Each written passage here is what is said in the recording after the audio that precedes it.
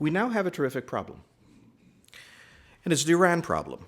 And why we say it's the Iran problem is that not because Iran is developing nuclear weapons, as the Israelis have now conceded it'll be 3 to 5 years, whether it's a virus or the fact they don't know what they're doing really doesn't matter.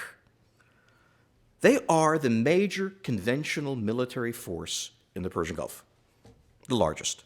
Absent the United States, the Iranian conventional military is the dominant force.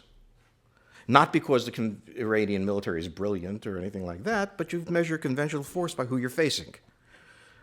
They can overawe the Saudis. The United States is now committed to withdrawing from Iraq. If the United States withdraws from Iraq, I don't think the institutions we've left behind are capable of resisting the Iranians. It's not an accident. Just before the talks, Muqtada al-Sadr, the serious pro-Iranian figure, shows up in Iraq again. We have sanctions. They have Muqtada al-Sadr. And this is one of the problems. If the United States stays in Iraq, we do not have sufficient force with 50,000 or 30,000 or 20,000 people to impose a reality on Iraq. We didn't have enough with 170,000.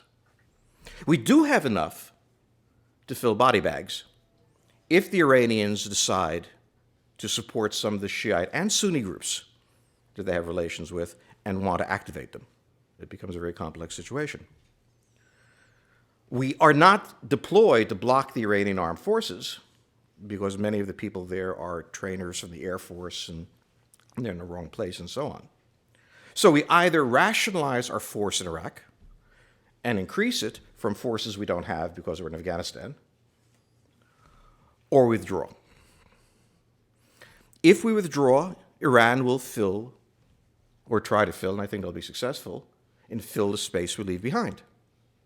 And they will be in a position to influence events in the Arabian Peninsula, which does matter to the world, since that's where the oil is. When you do that, the Iranians don't have to invade. The Saudi calculation will be, having watched the withdrawal from Iraq, that it's unlikely the United States is going to come back in. The Iranians aren't going anywhere. They can buy all the weapons they want. They're not going to construct a viable military in a meaningful period of time. They're going to have to do the unthinkable to them, reach a political accommodation with the Iranians.